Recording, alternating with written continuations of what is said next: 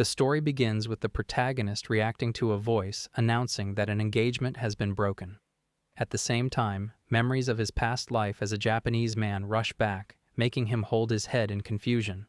The heavy silence of the grand hall unsettles him, making him wonder whether it is truly the venue of a party. He notices a gentle-looking girl standing before him and quickly realizes she is Alice Misty, the Duke's daughter. Then he remembers the truth. Alice Misty is the Villainess from a romance game he played in his previous life. The game, Lovely Princess, features 5 romance routes, many twists, guaranteed happy endings, and even a hidden reverse harem ending. In the game, the prince's fiancée, Alice Misty, plays the villainous and main love rival, while X Lost is the least popular character according to the official poll. He recognizes the first prince of the Landry Kingdom, Mace Landry, and the surrounding nobles. The Landry Kingdom's crown prince angrily accuses Alice of mistreating Maria and pushing the nobles to exclude her. X knows Alice is innocent and realizes this is the game story where the villainess is framed by the reborn heroine. Uneasy, he wonders if Maria is also reincarnated. As Prince Mace continues shouting, X steps forward and asks if he truly intends to break his engagement. He presses the question again, demanding a clear answer. When the prince angrily shouts and nods in confirmation, X calmly asks once more, ensuring there is no mistake. Then X turns to Alice. He bows deeply and, to the shock of everyone present, asks her to marry him. Until that moment, X had believed his feelings for Alice were merely part of the story, but seeing her devastated expression awakens something stronger, a fierce need to protect her.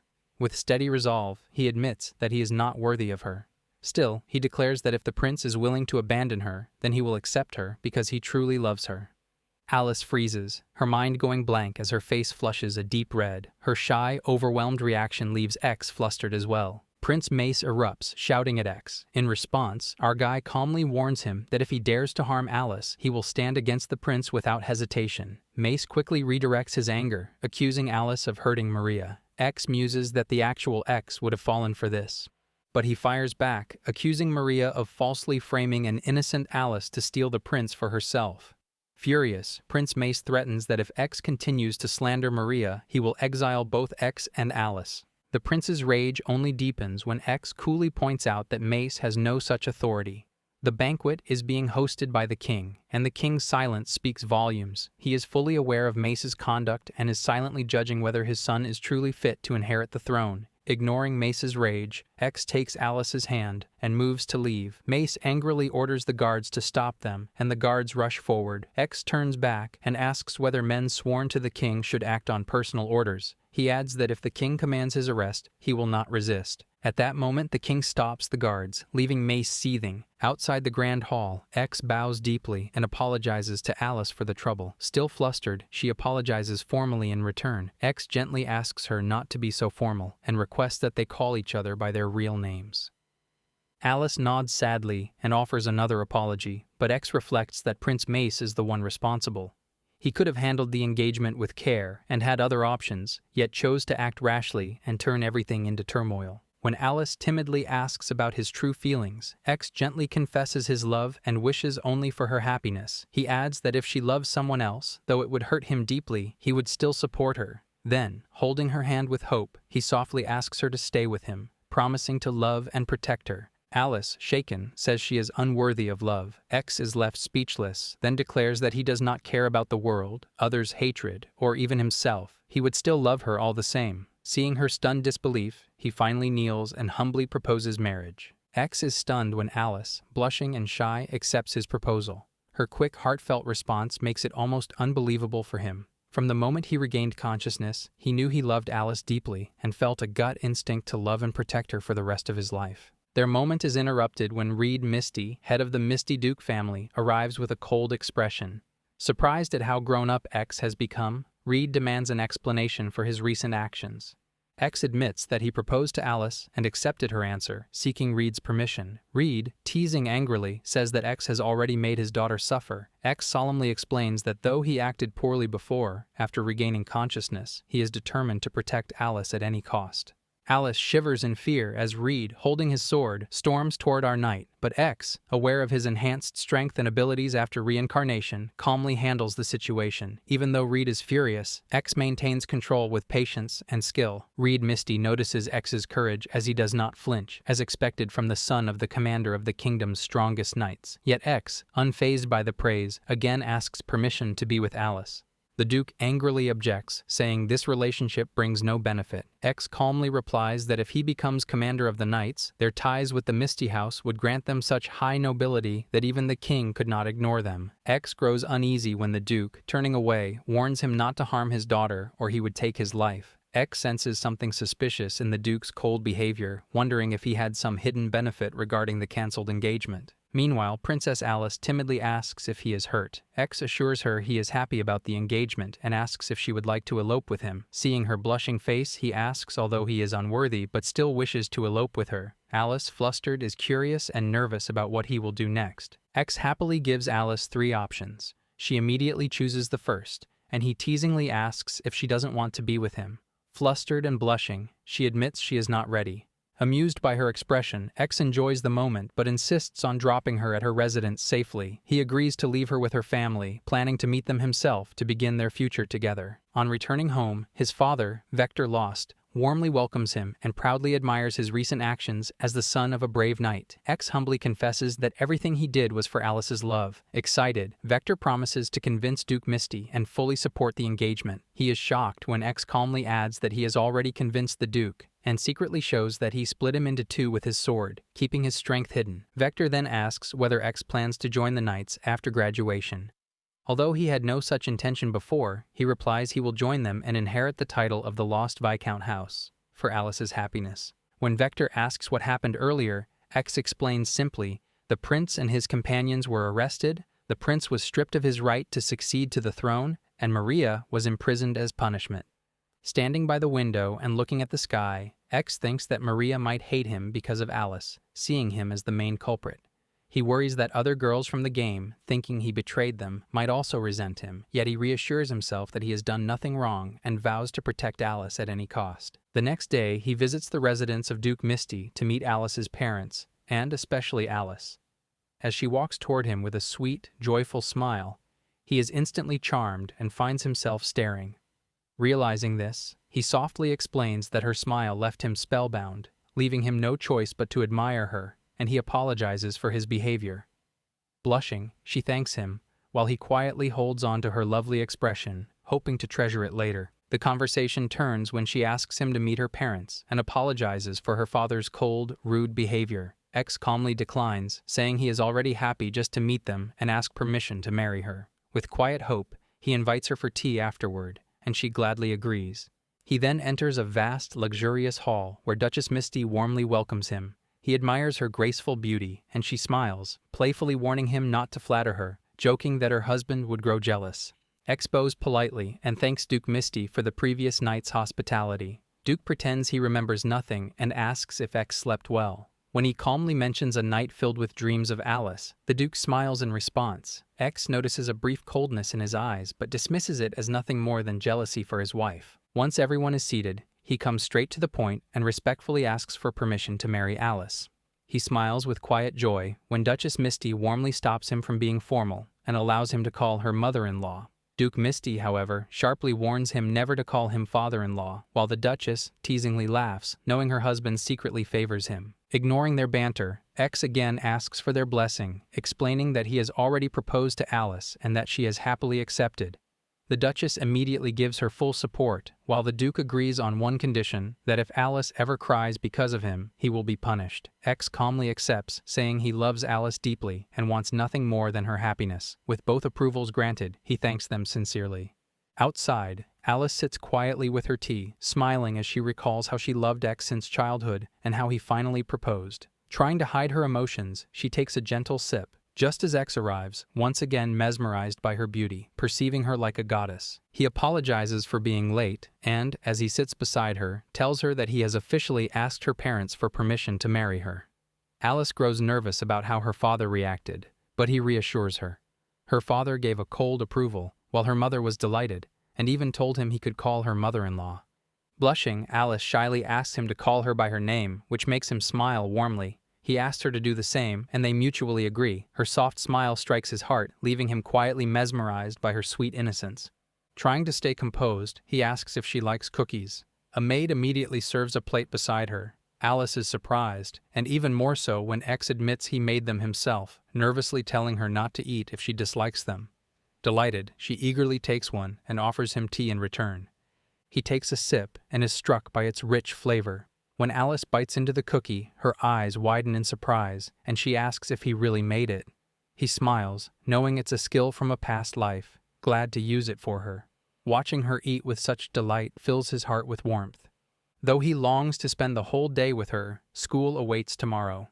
Instead, he quietly treasures the moment, watching Alice smile as she enjoys the cookies he made, a memory he holds dear.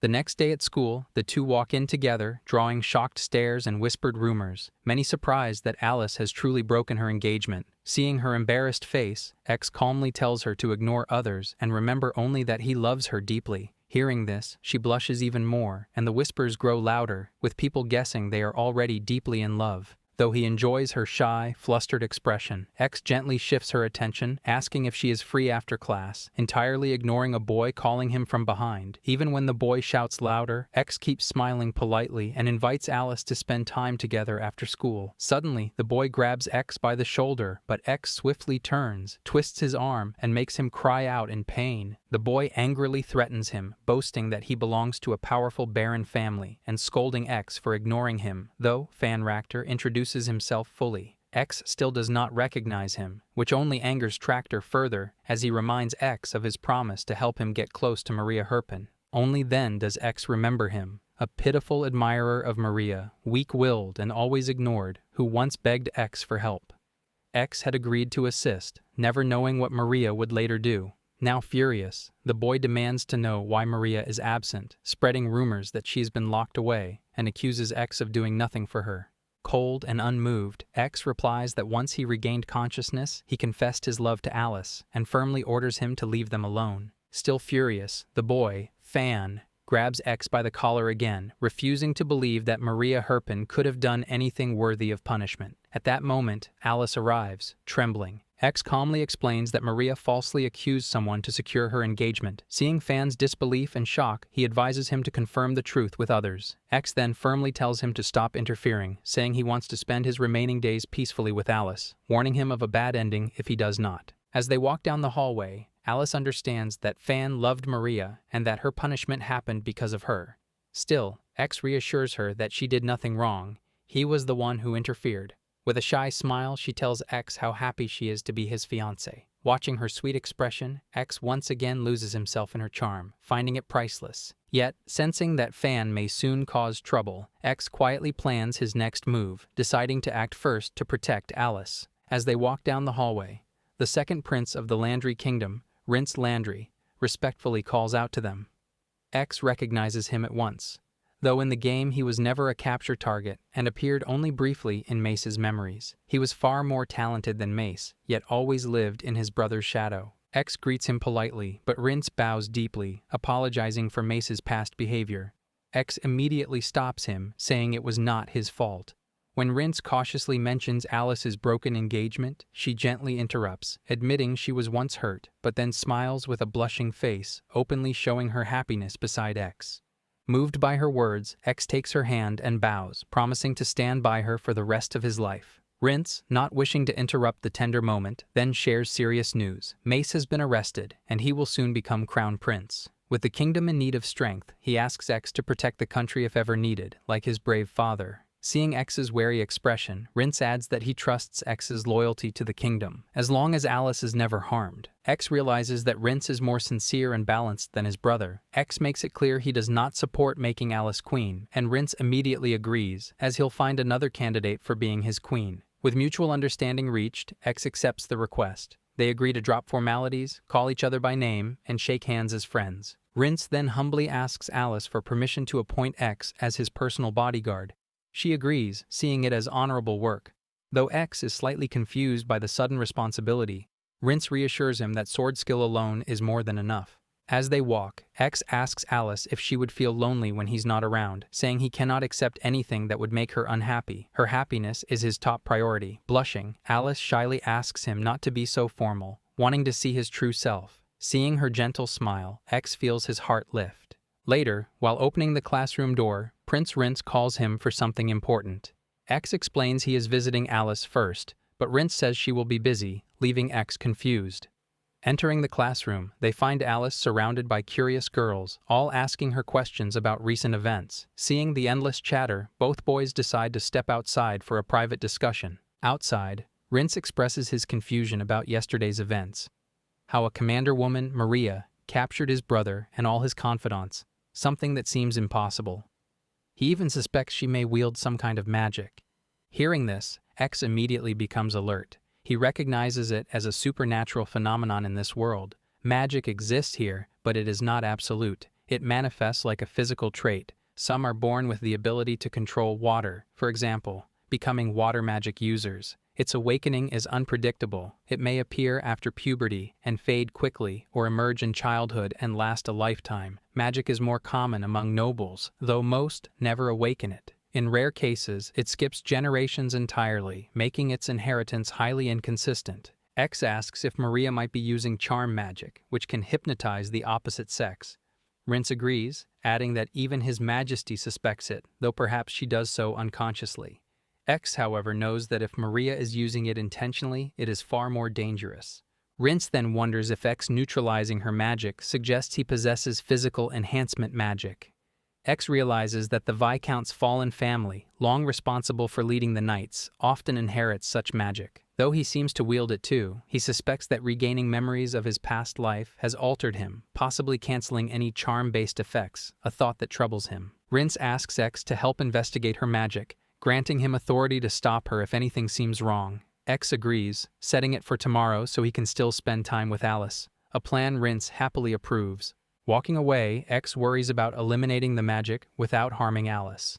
His thoughts are interrupted when Alice happily calls him. Surprised, she freezes as he rushes to her, gracefully takes her hands, and then hugs her tightly, apologizing that her cuteness makes him unable to resist. Seeing her blushing face, the nearby students stare, clearly impressed. X asks if she dislikes it.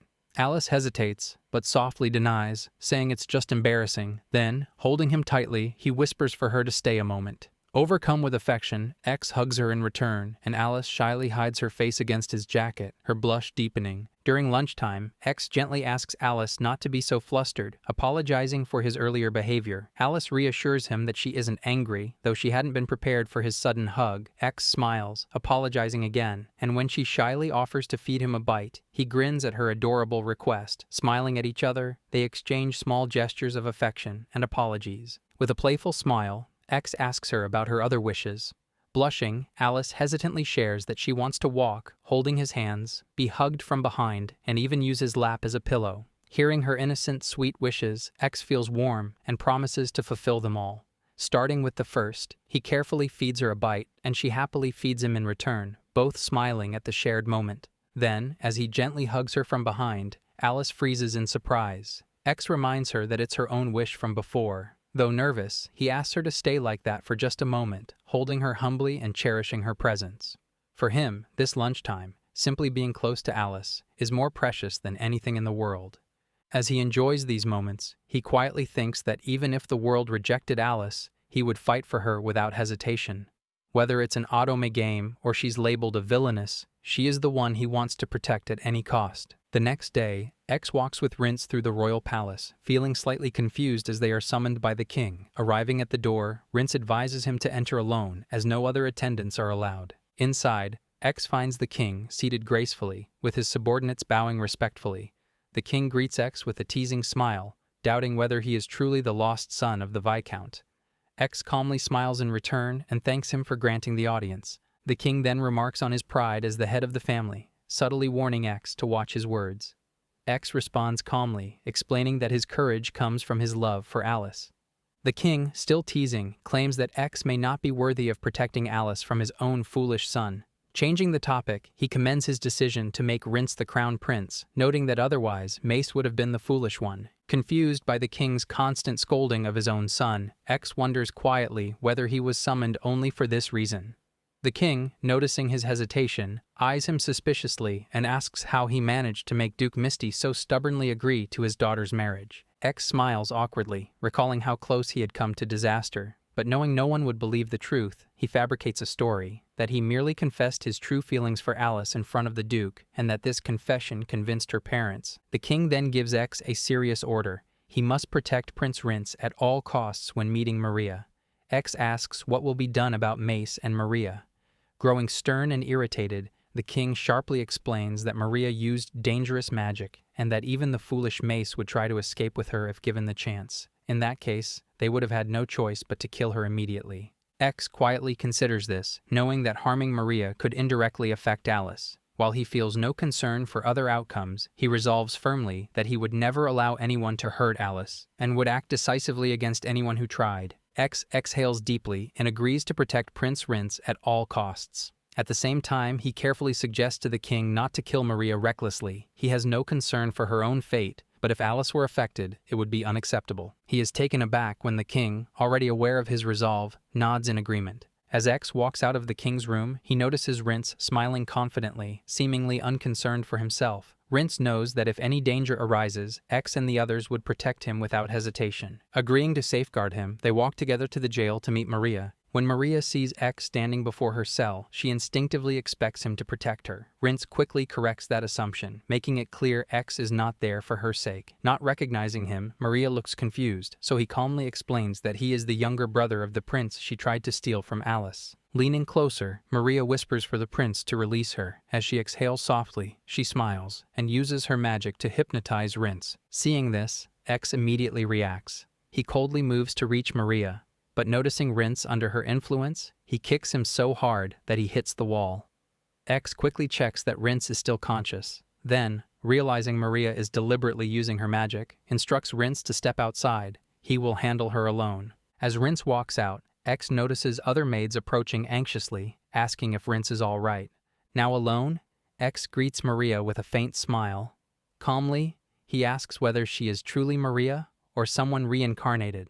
Without waiting for her answer, he adds with a cold expression, whether she is also facing the same situation with him. Perhaps he too is not the person she knows. Realizing he is also reincarnated, Maria tilts her head and asks if he possesses any magic that can nullify hers. X does not answer directly. Instead, he calmly inquires whether she knows about the game's lovely princess, and seeing her nod, he probes if she framed Alice to seduce the prince. Maria firmly denies it, insisting she is not there to seduce anyone. Instead, she has been attempting to charm a certain hideous character, leaving X momentarily shocked and confused, wondering if she desires a reverse harem or something else entirely. Realizing that Maria had played the game before and possessed extra knowledge, X understands something important.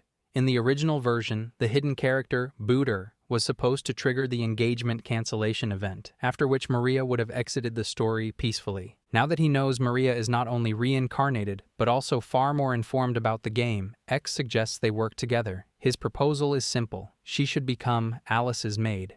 Maria smirks, hinting that she could betray him, take over the country with her magic, or even kill the Villainess. X acknowledges those risks, but calmly argues that serving as Alice's maid would give her a natural way to interact with the hidden character. Hence, he believes it is the safest and most logical path for her to follow. Seeing Maria agree, X makes it clear that if anyone harms Alice, he would not hesitate to kill them. Maria smiles, clearly moved by his devotion. She then asks him about his strategy for getting out of the situation. X shares his thoughts. He suspects that the king sent him and Prince Rince here because he wants to handle Maria carefully, recognizing how easily she could manipulate his son with her magic. Now Maria realizes that X's offer is the only way to get close to the hidden character.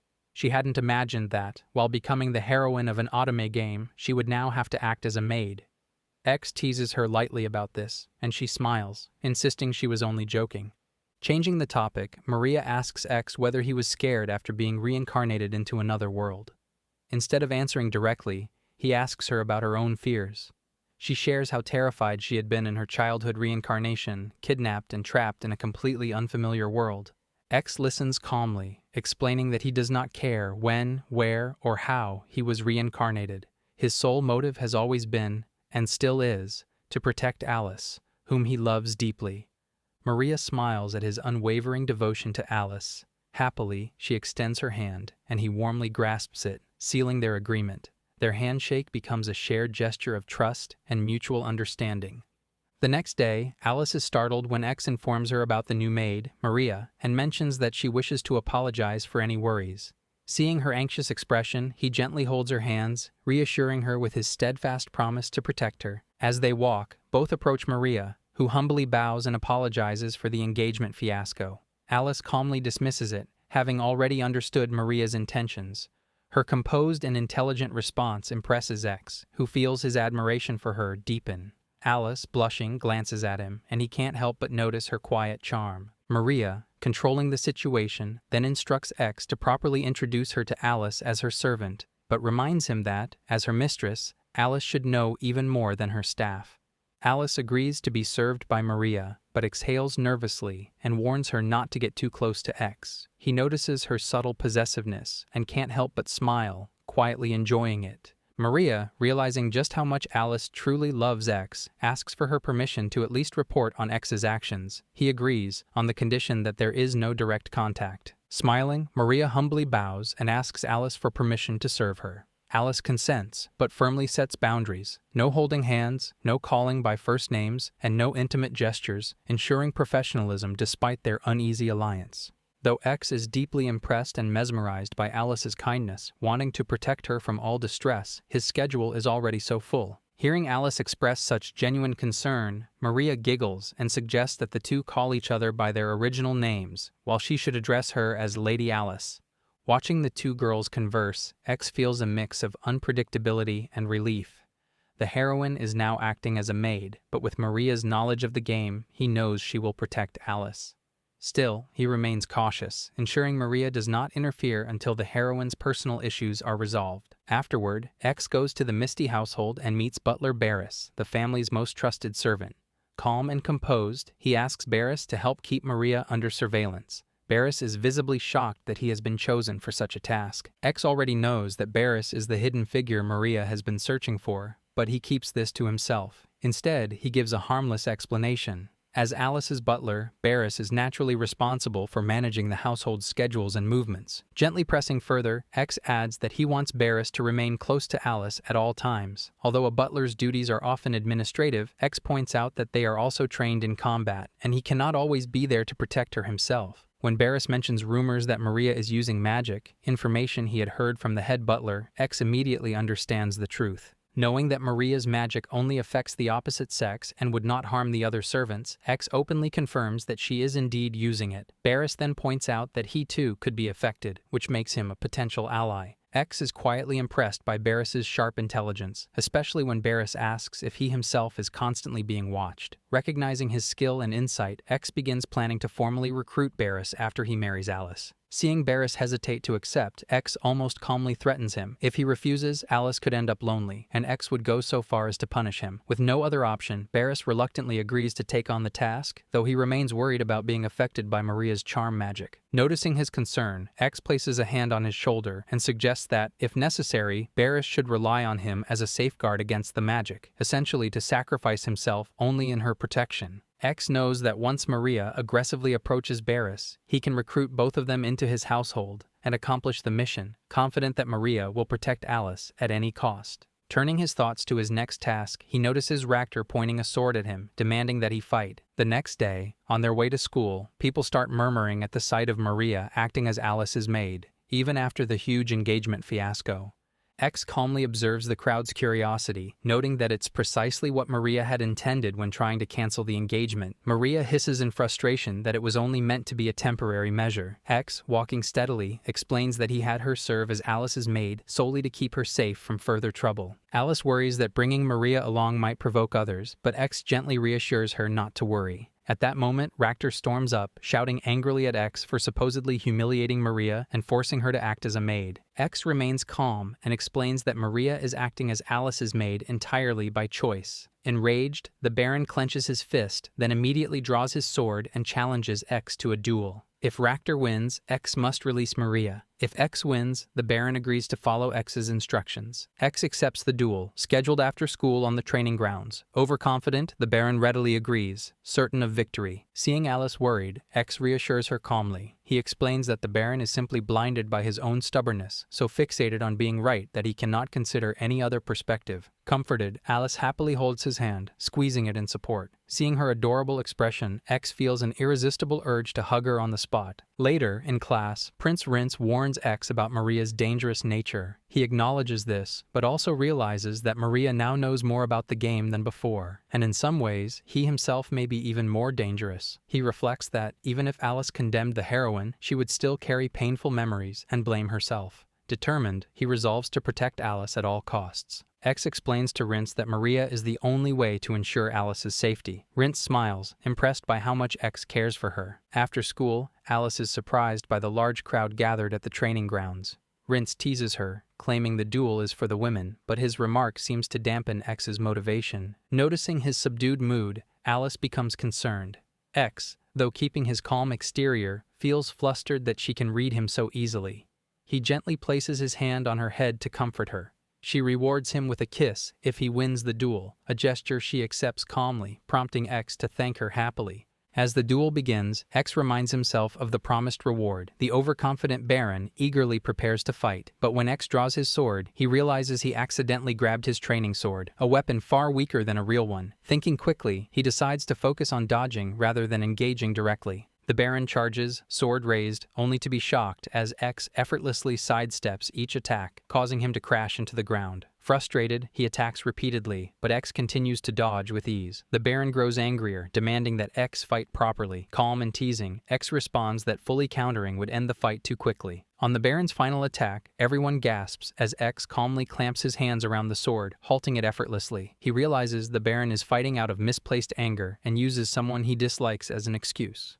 Without hesitation, X shatters the Baron's sword and lands a precise punch, sending him crashing to the ground.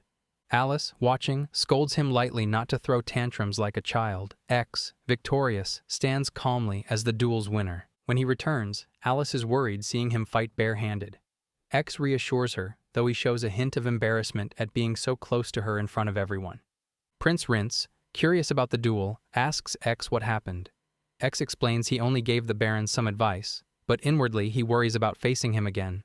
X then holds Alice's hand, bows slightly, and offers all his winnings as a gift, promising to protect her from any obstacle. He humbly asks her to stay by his side. His bold confession leaves everyone stunned. X does all this intentionally, making it clear that no one would dare harm Alice, especially now that she is engaged to the commander's son. The next day, X visits Fan. Flustered, Fan angrily asks why he has come, especially after the previous day's defeat. X sits calmly and asks Fan the real reason he fought, knowing that Fan dislikes Maria. Fan shouts, denying any ulterior motive, but X gently points out that Fan was trying to prove he could protect someone he cares about. He encourages Fan to acknowledge his feelings, noting they come from loneliness, not malice. X observes that Fan's maid behaves strikingly like Alice, and like X himself. Fan admits gloomily that he loved his maid for a long time. One day, seeing her in an intimate conversation with his father, he realized she cared for his father, not him, which devastated him. Ever since, whenever others confessed to Maria, Fan pretended to like her too, trying to bury his past heartbreak. X explains that the maid's attachment to his father is emotional, not romantic. She is an orphan, seeking parental affection. Realizing his mistake, Fan feels embarrassed and gloomy. X admires his bravery for fighting to protect those he cares about. Seeing his gloom, X energetically encourages him, sharing how he overcame status barriers with Alice and motivating Fan to confess to his maid. He offers to give Fan a place where he truly belongs. As X leaves, he sees the maid outside and playfully challenges her to try harder to win his heart. She is shocked at his boldness as he walks away, noting that social status means nothing. Back at school, X asks Maria if there have been any problems. She reassures him it's only a few suspicious questions. Seeing her at ease, X feels relieved and reminds Alice to alert him immediately if trouble arises, promising to protect her. When Maria asks when to proceed with their relationship, Alice gently stops her. Maria persists, pointing out that Alice has been thinking about X all day. Alice blushes deeply, embarrassed, while X smiles warmly, happy to cherish his time with her. He reassures her that he has no feelings for anyone else but Alice, though he asks her to wait until their marriage. Alice, still flustered, insists she only wants him to avoid other girls. X affectionately holds her hand and kisses it, making her tremble. She hurriedly warns him not to do that with anyone else. X also suggests she shouldn't even accept a greeting kiss from anyone else, and she immediately agrees, affirming that she completely belongs to him. Watching them, Maria rustles quietly behind. When X asks Alice for a reward kiss for winning the duel, she hesitates but leans in. X closes his eyes, expecting a forehead or cheek kiss, but is shocked when she kisses him on the lips. Flustered, she insists he take responsibility, and X, thrilled, hugs her passionately. Later, seeing Fan with his maid, X asks Alice to wait, warning it might be dangerous to walk with him. Alice happily insists on going anyway. Hand in hand, they walk toward Fan. Seeing X, Fan immediately bows deeply, thanking him for his help. He asks X to entrust him with something important, and X calmly agrees. As part of the arrangement, he asks Fan to join the Knight Order after graduation and serve as his draft horse. Fan readily agrees, since his primary goal is to protect the maid, Henri. When Fan requests that he be excused from serving X if Henri is ever in danger, he agrees without hesitation, saying it is a man's duty to protect his woman. After all is settled, Fan humbly bows on his knees again, expressing both gratitude and trust toward X. Back in the school hallway, Rince teasingly comments on how X first broke Fan's heart and now helped him become loyal. But seeing X's calm and thoughtful nature, he admires how perceptive X is, understanding people's weak emotional points and helping them, all while managing his adorable fiancée. Rince then mentions that he too will soon have a fiancé. X casually asks whether Rince's interest is in the same sex, teasingly noting that he would then increase the distance between them. Seeing Rince's shocked expression, X calmly adds that he doesn't concern himself with his friend's hobbies. Keeping a polite distance is enough. Hearing this, Rince smiles, feeling proud and honored to be X's friend. Walking down the hallway, Rince finally opens up, gloomily sharing the pressure of becoming crown prince. He coldly confesses his hatred for his brother, who constantly underestimated him and acted arrogantly, yet held the title of dignity. Rince feels he might not be suited for the king's role. X calmly reassures him, explaining that while dignity is necessary for a king, lacking the ability to wield it properly only makes a foolish ruler. He then promises to protect Rince until Alice is safe in the country, which brings a genuine smile to Rince's face. Rince then asks X for a favor, to help rehabilitate his brother and his subordinates, who, burdened by so much depression, might even consider taking their own lives. He further explains that they are still not fully in their senses, and people are viewing them from different perspectives. Rince quietly requests this to ensure that X does not abandon the poor prince, who has been unfairly stripped of his rights to the throne. X, considering the possible outcomes, Prince Mace's potential suicide or exile, realizes that either would put Alice in danger. Not wanting to risk her safety, he hesitates to take responsibility for the matter. Rince, however, assures him that he will handle it. X then asks for more information about the situation, which makes Rince happy to share. At lunch, X sits with Alice, and she notices his gloomy expression, asking if anyone is troubling him. With a gentle smile, X leans toward her and jokingly warns her not to ask such questions of a man, as it might spark inappropriate thoughts.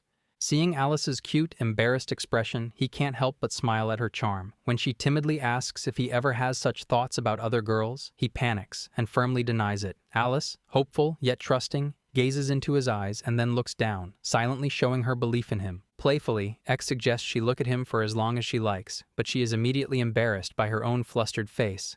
So, she covers her blushing cheeks with her hands. X smiles warmly, feeling happy from all the attention, while Alice's cheeks turn a deep crimson at his gaze, her expression irresistibly cute. X, thinking of quickly resolving all lingering issues, wants them to enjoy their life together peacefully. Returning to the topic, she gently asks the real reason for his gloomy mood. When he inquires about her feelings toward Mace and Maria, Alice explains that although she was shocked at first, now that she understands X's connections, she feels no worry at all. As for Maria, she holds no grudges, since her first love is and always has been X. Realizing that he has been her love from the start, X feels his heart race and his face flush, though he carefully hides his emotions. Gently, he tells her not to blame herself for anything. Alice, her cheeks tinged pink, agrees. Now that X is with her, she has no regrets. Seeing her so happy and dependent on him fills X with joy and pride.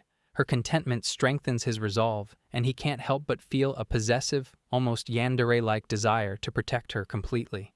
X and Rince visit Mace, who gloomily holds his head and angrily shouts at X for coming after everything that happened. Calmly, X explains he came to check on him, noting how devastated he feels after his broken engagement with Alice and X's proposal to her. Mace admits that although he feels guilty for what happened to Alice, he would be fine if he were with Maria instead. Hearing this makes X furious, and he sternly asks if Mace is truly okay with hurting others just to be with Maria. Suppressing his anger, X explains that this punishment Mace feels is meant to make Alice suffer, yet Mace stubbornly insists it's only a huge personal burden on him. X, growing angrier, finally challenges Mace to a duel. If Mace wins, he gains the chance to see Maria. If he loses, he must follow X's orders completely. Mace immediately agrees to the duel, while X resolves to settle everything at once, including the pain Mace caused Alice. Mace grips his sword with determination, focused only on winning and caring nothing for any plans beyond that. Seeing X unarmed and not even using his left hand, Mace smiles cruelly, convinced he can kill him easily. When the fight begins, X is briefly surprised by Mace's speed, but still manages to dodge every strike. Shocked, he hears X calmly state that he is far stronger than him. Enraged, Mace charges again and again, attacking recklessly. Yet, despite panting heavily from exhaustion, he fails to land even a single hit on X. He calmly teases that his strength comes from having Alice to protect, while Mace has no one to fight for. Still unable to understand, Mace lunges at him in blind rage, throwing a desperate punch. X smoothly slips aside,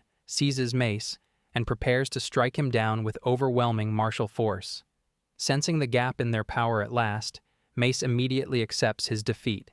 X advises the prince to refine his knowledge and focus on the country's well-being as a prince. Mace, now subdued, gloomily accepts his defeat. As they walk back, Rince praises X's overwhelming strength, noting that although he had seen him fight before in class, this battle felt entirely different. He also thanks X for helping Mace, recognizing that his brother was not in his right state of mind. Clenching his fist, X thinks coldly that anyone who dares harm Alice deserves death. Yet he restrains himself. He refuses to hold Alice's hands with hands stained by killing. When Rince asks about X's next move, he replies that he plans to meet Alice's stepbrother at Duke Misty's residence. As they walk toward Duke Misty's basement, X warns Rince not to interfere, no matter what happens inside. Rince agrees without hesitation. When the basement cell door opens, a man angrily demands to know why X has come. Duke Misty's adopted son, Gates Misty, immediately erupts in rage, hurling abuse and lunging forward to strike X. Watching this, X lets out a quiet laugh, thinking that eliminating Gates would not affect Alice in any way.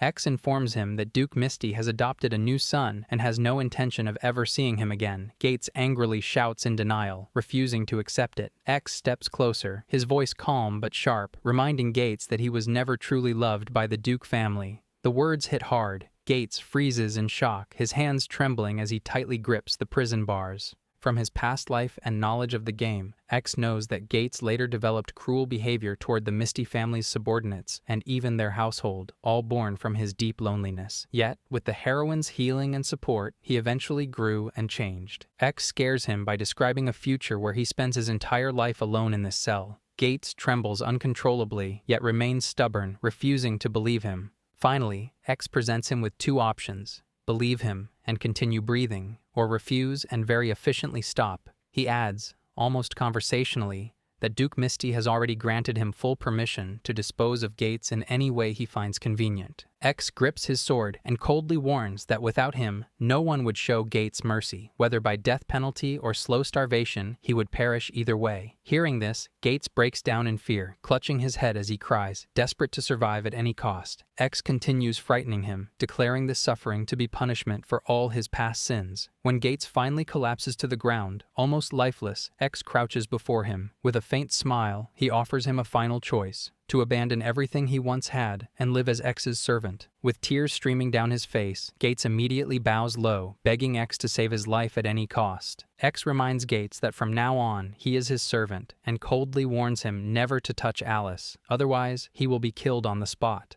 Gates, still crying, immediately agrees without hesitation. Watching everything unfold, Rince is deeply impressed by X's ruthless yet calculated strategy. The next day, X arrives at Duke Charles's residence, where he asks the Duke's second son, Light Charles, to accompany him until his elder brother, Pere Charles, arrives. X recalls how Maria, using her extra knowledge from the game, once told him that Peter Charles's younger brother was actually the main target. Curious, X had asked her to explain everything she knew about the game's key targets. Teasing her lightly, he tried to butter her up by suggesting she arrange a date with Barris.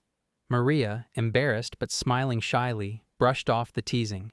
Yet she still shared all the important information with him without holding anything back. Now, as X calmly sips his tea and thinks about how to deal with the remaining problems, Light Charles suddenly asks whether X is truly engaged to Alice. Light adds that he will soon become independent, but with his elder brother Peter about to take over the family, he hasn't given much thought to marriage. X casually asks whether Light has a fiancée of his own and whether he knows Maria. Light replies that because of Maria's influence, Peter has already been disgraced. Hearing this, X concludes that Alice's role as the so-called Villainess has nothing to do with Light at all. With that settled, X hands Light some cookies he has made himself.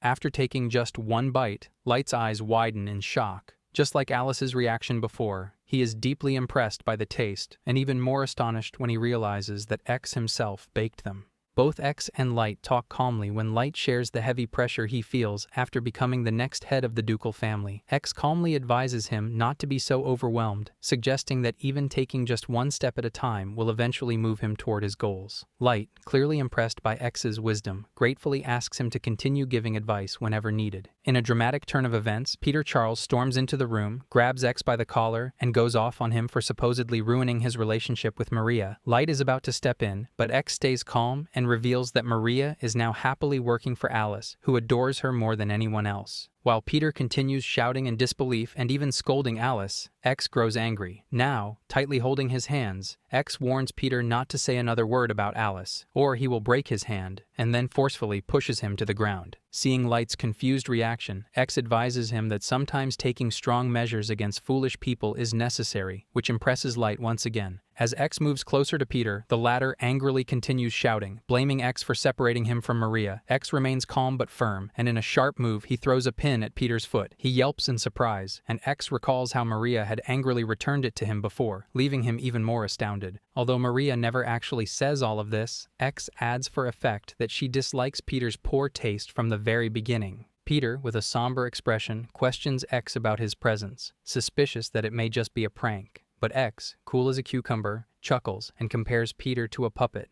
a clueless show-off masking ignorance with bravado.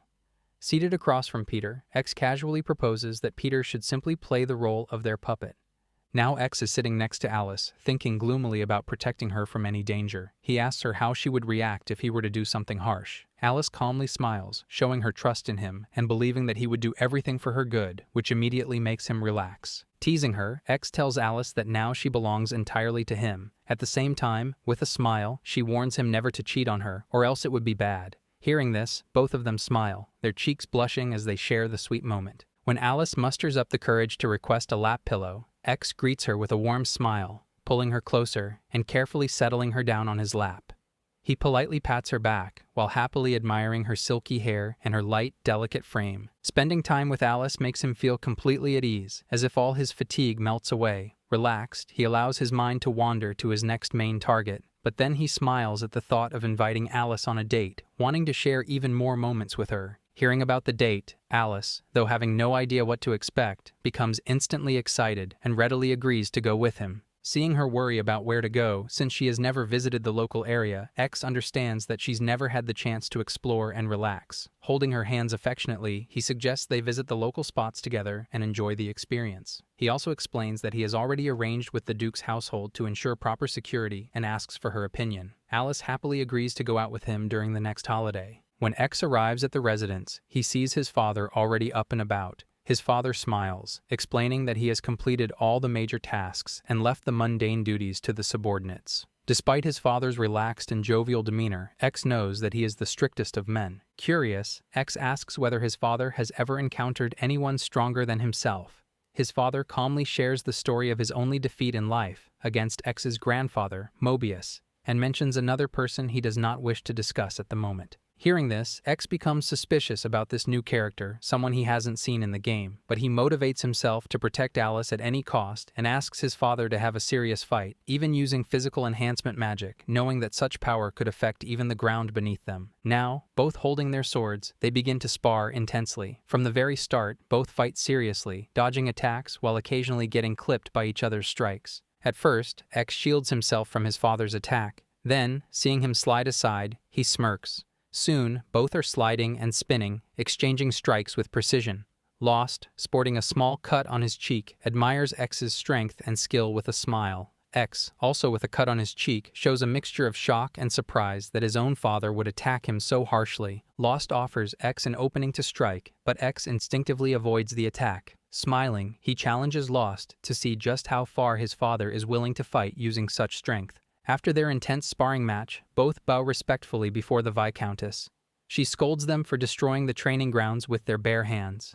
Mr. Lost smiles and apologizes, explaining that although X invited him to train, the fight was so exhilarating that he couldn't stop himself. X admits that he did call his father for training. Makina Lost looks shocked and asks whether he is all right, seeing how much he has been dealing with lately. X calmly assures her that he is trying to eliminate anyone who might hurt Alice. Taken aback by his unexpectedly serious and protective words, Makina Lost smiles gently. She touches his cheeks and assures him of her full support as her son, which finally allows X to relax. During the holiday, X and Alice walk through the local market. The land has been awarded to X's family as a gift after the war. They happily admire each other's outfits as they stroll. A shop owner immediately recognizes X and asks about Alice. When X proudly introduces her as his fiancée, the owner beams, realizing she is the same Alice he once proposed to. X hugs Alice warmly, openly showing his love for her. Seeing this, the shop owner gives them fried chicken as a congratulatory gift, and others nearby also offer their congratulations on the engagement. As they enjoy the chicken and walk further, Alice becomes captivated by the jewelry displayed in a nearby shop. Noticing her interest, X stops and selects a natural gemstone ring. Although Alice initially refuses, he insists on giving it to her as a keepsake from the day, a substitute for the official engagement ring. When she puts it on, Alice is overwhelmed with happiness, deeply touched by the thoughtful gift. Later, X notices a suspicious person watching them from a distance. He gently holds Alice from behind and whispers for her to close her eyes and not open them, no matter what, explaining that he is going to carry her like a princess. When the intruder attempts to attack, X swiftly lifts Alice and slides away, neutralizing the threat while keeping them both safe. The invaders enter with menacing grins, clearly ready to take him out. X tries to warn them off, but their defiance and taunting demeanor strike a nerve, causing X's heart to ache as he frowns in disapproval. Suddenly, one of the attackers tries to strike him. In a shocking display of power, X kicks, and the sword shatters into two pieces. Witnessing this, the others shout, demanding to at least take Alice away. X gives them a deadly glare and ominously states that laying a finger on Alice will result in an early checkout from this mortal vessel. Terrified by his intensity, they flee immediately. X then thinks about the only person daring enough to attack him and apologizes to Alice for the chaos, brushing it off as necessary to protect her. Holding her gently like a princess, he tells her to close her eyes. After a moment, he suggests she open them, and Alice is mesmerized by the breathtaking flower field surrounding them. Noticing that X is still carrying her, Alice suggests he put her down, insisting she is no child. X gently sets her down, and in a romantic, almost instinctive gesture, he kisses her on the lips. Before proceeding further, he blushes deeply, his heart racing, and turns away shyly. Alice, wishing not to return home yet, makes X grin, charmed by her cute request. He hugs her tightly, admiring all her little quirks and imperfections. Now, holding each other, they silently promise to always stand by one another, no matter how many decades pass. As they walk together, X decides to be strong enough that no one will ever think of harming Alice. When they enter the restaurant, a man holding a drink greets them enthusiastically, having been eagerly waiting for X's arrival. The next day, X sits quietly with a cold expression. Across from him, Marx, the son of a wealthy merchant, swirls a glass of wine and looks at X with a suspiciously pleased smile, clearly happy to see him again after such a long time. As X casually teases him and comments on the nightclub atmosphere, Marx ignores the teasing completely and instead begins talking about how well his business has been performing and the profits he has made. Simultaneously, he gives a silent nod to the servant, who immediately pours some wine for X as well. Seeing X sip the wine, Marx smirks and asks about his reason for visiting. Looking seriously at another servant who is serving the food, X informs him about rumors of merchants being involved in human trafficking. Calmly taking a bite of his meal, X asks Marx if he has any knowledge about this. While he calmly denies having any information, he assures X that he will keep an eye on the situation. However, he becomes visibly thrilled when X suddenly starts coughing, struggles to breathe, and collapses heavily onto the table. Mocking him for being trapped so easily, Marx watches as X, gasping for air, asks if he has been poisoned. Marx smirks and nods, confirming that a potent poison was used. With a snap of his fingers, a commotion erupts as figures stand up from the other tables, teasing X about how helpless he is now. Still lying paralyzed on the table, X barely manages to ask about their true intention. Wearing an evil smile, Marx considers this a final death wish and proudly informs X that they are gods, the Prometheus organization, with a grand motive to reshape the world. On Marx's signal, a swordsman immediately draws his blade and swings it down to cut X's neck. But to everyone's absolute shock, he instantly kicks back, striking with his fist and breaking the sword in two. Standing up, X casually massages his shoulder and teases them, remarking that acting is truly exhausting. Marx scrambles backward in terror at the sight of X standing. He smiles proudly, revealing that he was already aware of their evil scheme, and thanks to his body-enhancing magic, no poison can affect him. He even offers them a single chance to surrender and live. Ignoring the offer, a furious Marx violently orders his guards to kill X. The first swordsman charges forward energetically, but is stunned when X calmly throws the attacker's sword away with his bare hand. The sharp clang of clashing blades echoes through the room as X punches the attacker, sending him flying and screaming in pain. Seeing all his guards being brutally beaten, Marx takes advantage of the distraction while X is busy fighting. He silently turns around and attempts to flee. X immediately notices this. He violently kicks one fighter out of the way, catches another swordsman's blade mid-air, swings it, and hurls it directly through Marx's foot. Pinning him to the floor, the blade causes Marx to crash heavily to the ground. X drags him up by the collar with a teasing smile, mentioning that he is in a good mood today, before delivering a brutal kick that sends Marx crashing back down. X then sits on him, knocking him completely silent. Witnessing this, the remaining subordinates grow terrified and lose all will to fight back. Dusting off his hands, X looks down at Marx's face. He is deeply confused, remembering that Marx in the Otome game was never supposed to be such a dangerous person. He wonders if his mission to protect Alice is what altered the entire timeline. Suddenly, he notices a packet hidden inside Marx's pocket and retrieves it. Leaving the bodies behind on the spot, he departs. Soon after, the prince arrives at the scene accompanied by his subordinates. The prince tenses up, deeply concerned that X has caused such a massive scene, but he remains completely calm. Seeing X unharmed, the prince breathes a sigh of relief, openly showing his worry for him. Without a word, X hands the retrieved packet to the prince and gestures toward Marx. He states that the evidence makes it difficult to view the situation in any other way. The prince instantly recognizes the contents. It is the Prometheus drug, a dangerous substance that temporarily boosts a user's physical strength, but inflicts severe, violent hallucinations. Sensing the immense danger, X suggests they destroy it immediately before it becomes a widespread threat to the people. Looking at X with eyes full of hope, the prince asks him for his assistance. He instantly declines, pouting and shaking his head like a cute little boy. Refusing to give up, the prince innocently asks for his help again to eliminate the drug before it harms more people. Noticing that the subordinates are watching X with admiration, the prince paints a grand picture for him. If X destroys the drug dealers, the news will spread, and he will become a famous, legendary secret hero. When X whispers that he only cares about doing this for Alice, the prince cleverly adds that dismantling this network will save the country. And in return, the immense popularity X gains will make him politically powerful enough to protect Alice. Hearing this, X finally agrees to the plan. Now both X and Prince Rince sit in front of Prince Mace. When X asks for information regarding the kingdom of Salvera, Prince Mace explains that they share a friendly relationship with the kingdom, which is a major fishing nation and the primary gateway for trading with the eastern continent. However, he adds that the situation is currently changing because the previous king was assassinated and the crown prince has ascended the throne. X listens, seemingly understanding the situation completely. While calmly playing a game of chess, he methodically shifts and beats his opponent's pieces. Coldly, X notes that the new king is unable to stabilize the country, which is causing illegal drugs and human trafficking to increase. A complete silence falls over the room as X finishes the game and defeats Prince Mace. The moment X mentions that the Prometheus organization is involved in this commotion, Prince Mace grows alert. He immediately turns to leave the room to avoid the situation. Anticipating this, X swiftly grabs him by the collar and requests that he wait.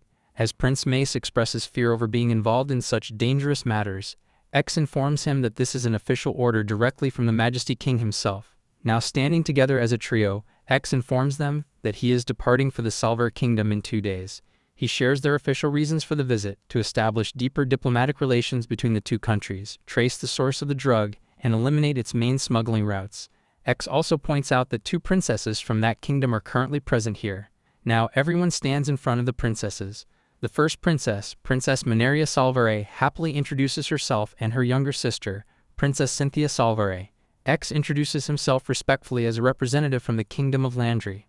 Upon hearing his name, the princess asks if he is the rumored knight who saved a frail duchess from an evil prince. Hearing this, Prince Rince looks at X teasingly to see if they are talking about him. Meanwhile, X looks directly at Prince Mace, since they are clearly talking about the evil prince, leaving Prince Mace deeply annoyed as he snaps at them to stop teasing him. Noticing that Princess Cynthia looks quite worried, Prince Rince gives her a polite smile and tells her to relax, assuring her that they are only there to build a friendship. When she shares that she gets nervous around unfamiliar people, Prince Rince smilingly suggests that they first take enough time to get to know each other before becoming friends. This gentle reassurance makes Cynthia feel much more relaxed. Seeing this, Princess Mineria smiles and happily teases that Cynthia and Prince Rince seem to be getting along well. The comment leaves Cynthia embarrassed, shocked, and panicked, though she still shyly agrees. Prince Rince's expression softens. He romantically admits he had prepared a speech for their friendship treaty, but seeing her breathtaking beauty completely ruined his focus. Stunned by his words, Cynthia listens as he calmly invites her to visit their country. After the discussion, they all begin to walk out. Prince Rince and Cynthia hold hands as they walk in front. While Mineria is walking behind them, X seriously calls out to her and asks her to meet with the king, which catches her completely off guard. Later, the trio sits together in a room. When Prince Mace teases Prince Rince about being so into a girl like Cynthia, Rince smiles with a blushing face. He confesses it was love at first sight, explaining that her cute reactions made him fall for her, and declares that regardless of political marriage duties, he will marry the one he loves. Turning back to the mission, they finalize their plan. Prince Rince suggests gathering information on the Prometheus organization during the upcoming evening party. X shares his plan to slip away midway through the event to trace the source of the drug and eliminate it. Shocked, Prince Mace asks if he really intends to do this all alone. X confidently declares that he will finish all his opponents in no time, a soft smile appearing as he notes that he will get to meet Alice right after. Still worried for his safety, Prince Rince urges X to be careful, warning him that powerful nobles might be directly involved in the drug trade. With the discussion complete, they stand deeply determined to execute their plan at the evening party. The next day, Jill Salvare, the king of the Kingdom of Salvare, receives a message from X. The note reveals that X has a special gift for the king at tonight's party and requests a meeting with him in the royal court. Clenching his fist beneath his chin, King Jill reminds himself that X is the son of Victor Dano. Deeply impressed by Vector's skills, the king wears a silent smirk, desperately anticipating an entertaining night. As night falls over the palace, a grand celebration is underway. Cynthia and Prince Rince hold hands as King Jill happily takes center stage, announcing the official engagement of his sister Cynthia to Prince Rince. The crowd erupts into excited cheers and celebratory toasts.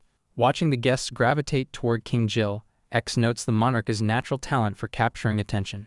He then quietly scans the room, searching for the specific man he needs to speak with. Spotting Count Fredette in the corridor, X immediately approaches him. He introduces himself as X Lost, from the Viscount House of Lost within the Kingdom of Landry. When Count Fredette asks if he is accompanying Prince Rince, X nods. Stepping closer, X whispers into the Count's ear, asking about his new business venture. The Count quickly replies that everything is legitimate. X then inquires if he arrived alone. When the Count nods and mentions he left his wife behind, X issues a chilling warning to withdraw immediately or face consequences. Furious, the Count angrily snaps at him and storms off, rejecting the ultimatum. Watching the Count's retreating, X decides to proceed with his plan. He glances at Prince Rince, and following their silent eye contact, he slips away into the shadows. Deep into the night at a cargo dock, Count Fredette happily hands over a chest of money to a shady dealer to finalize their transaction. When the suspicious dealer questions how he has the nerve to conduct such illegal business so openly, the Count smirks. He boasts that nobody dares to interrupt him, because everyone is entirely distracted by the exciting news of Prince Rince and Princess Cynthia's engagement. The dealer grins darkly, thoroughly enjoying the Count's ruthless logic. Their meeting is suddenly shattered when X calmly kicks one of their guards to the ground. The dealer looks on in utter shock as X introduces himself with a relaxed smile. Recognizing him, the Count flinches as X teases him for failing to take his earlier warning seriously. Stepping in front of the panicked Count, the dealer questions whether X is their opponent. X nods. The dealer smirks and offers him a chance to leave, pointing out that this investigation isn't his responsibility. X calmly scratches his head and agrees, but warns them to disappear immediately because they are wasting his precious time with Alice. Refusing to take him seriously, The dealer orders his remaining guards to end X while he and the Count turn to walk away. As the guards rush forward to attack, X counters in the blink of an eye. Channeling his power, a sharp, blinding light erupts from his clenched fist as he punches the first attacker squarely in the belly. Grabbing the guard by the collar, he delivers a lightning-fast kick to his face, leaving the man roaring in agony. X leaps high into the air, executing a powerful spin kick that hurls the guard away. He lands heavily directly in front of the fleeing Count and dealer, warning them with a teasing smirk that they won't be escaping. Terrified by his monstrous speed, the dealer blurts out in shock whether X is the legendary Hercules or his son, a question that catches X completely off guard. Drawing his sword, the dealer angrily shouts that he is talking about Viscount Lost, the ultimate hindrance to the Prometheus organization. He screams that as the Viscount's son, X is bound to be a monster just like his father. X does not expect to hear this from a mere drug dealer. Brushing his hands off, he casually inquires about his father's true power. Confused and annoyed by the strange question, the dealer grounds his feet, raises his sword, and charges. X effortlessly dodges the incoming strike and mockingly thanks him. The dealer launches another rapid assault, but X counters instantly with a devastating strike, knocking the dealer unconscious as blood splatters across the deck. Terrified by the sight, Count Fredette tries to flee. X grabs him, and before the Count can scream for help, X attacks, sending his body collapsing to the ground. Looking down at the fallen men, X recalls that his father, Mobius Lost, could only ever be matched by his lifelong nemesis. He grows anxious, seriously wondering if this undefeated nemesis is actually the mastermind behind the Prometheus organization.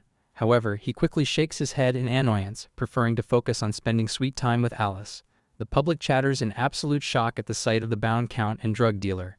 X bows humbly before King Gil Salvere. Deeply impressed by his skills, the king compares X to his legendary father and offers him a prestigious title. X calmly declines, stating that his fiancée is waiting for him back home and that he must return. The king smiles, granting him permission to leave and welcoming him back anytime. Eager to get home, X leaps straight out of the palace window, shocking everyone behind him. Moving at lightning speed, he arrives back in his own country and home in no time. His father is stunned by his sudden appearance. Alice, equally shocked, wonders why he is there on his day off. He cutely confesses that he missed her too much, adding that his magic allows him to run faster than any carriage. Still bewildered but blushing a crimson red, Alice nervously clutches her bag. She smiles and admits her happiness, confessing she felt incredibly lonely without him. Overcome with affection, X pulls her into a tight hug, squeezing her close as he realizes how difficult it is for them to be apart for even a single day. Alice tightly hugs him back, acknowledging how painful the separation was for her. Patting her head, he realizes he has so much to tell her. He gently holds her face and leans down. With a bright red blush, she sweetly welcomes him home, and they happily lose themselves in each other's arms. Now, both are sitting comfortably inside the carriage. Alice brings up Cynthia and Prince Rince's engagement, and while holding her hands, X nods. He notes that the official announcement will be made as soon as they return. Alice looks quite worried and brings up the two princesses from that kingdom. X looks back at her with an assuring gaze, promising that absolutely no one paid any attention to him. Seeing her relax, since she was secretly worried he might fall in love with a princess. An affectionate X leans closer. He reaches out, gently pinches her cheeks, and lovingly tells her that her cute worries make him want to bite her cheeks, leaving her completely flustered. Her adorable reaction only makes him fall deeper in love with her. Stepping back slightly with a tender smile, X brings up their wedding plans, wondering if she wants to hold the ceremony in their territories or rent a grand venue. Blushing and nervous, Alice softly whispers that she just wants to marry him, even if it is a small venue with only family present. Looking up with a bright, affectionate smile, her simple wish and pure cuteness leave him deeply moved, and he pulls her into a warm, loving embrace. The scene shifts to X standing before the king. The king praises him for quickly stopping the Prometheus threat. With a big smile, X immediately gives all the credit to Prince Rince instead. The king laughs, knowing X always avoids taking credit for himself. He then offers to announce X's achievements across the world so everyone will know what he has done. As a reward, he says X can ask for anything he wants. X politely bows and says that all he wants is to go home. This makes the king laugh even harder. The king stands up and refuses the request. He declares that both X and Prince Rince are important pillars of the kingdom and says that making their accomplishments public will strengthen the nation. Staying calm, X asks for a different reward. He requests that Prince Rince become king immediately after graduating. The unexpected request shocks Prince Rince. The king smiles at X's boldness and jokingly asks if he wants him to retire already. However, he points out that 1 year is not enough time for Rins to learn everything needed to rule a country properly.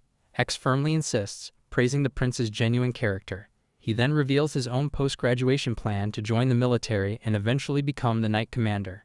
After a brief pause, the king excitedly grants him permission to form and command an entirely new order of knighthood. He respectfully declines on the spot. Ignoring the refusal, the monarch compromises, allowing him to join the regular knights while granting him the unique authority to establish an independent knight order once Rins takes the throne, essentially serving as his own private army. Though he looks annoyed, the king continues, declaring him the kingdom's ultimate trump card. He orders him to completely eliminate the Prometheus organization, noting that he has already begun fighting them. X quickly points out that he only acted on royal orders. The king snaps that he is on the board regardless, and seeing his continued reluctance, bangs on his chair, emphasizing that this is an absolute command.